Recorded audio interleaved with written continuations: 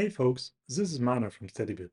Today I want to give you an update about our latest observability integration we have just released for Instana.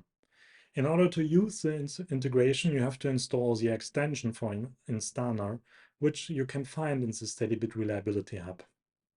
Let me show you what features you will have as soon as you've installed and configured it into your Steadybit environment.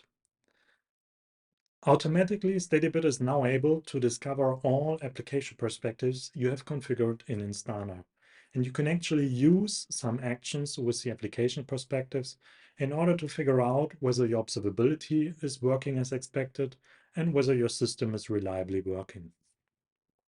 For instance, I have here an experiment that is basically creating and injecting a crash loop in a certain container. And we are checking with the new event check of Instana's Steadybit integration whether Instana is actually noticing that crash loop as an incident or as an issue at least once. And I have already executed that experiment, and you can see in the experiment 1 view that we are listing all Instana events which occurred for that specific application perspective.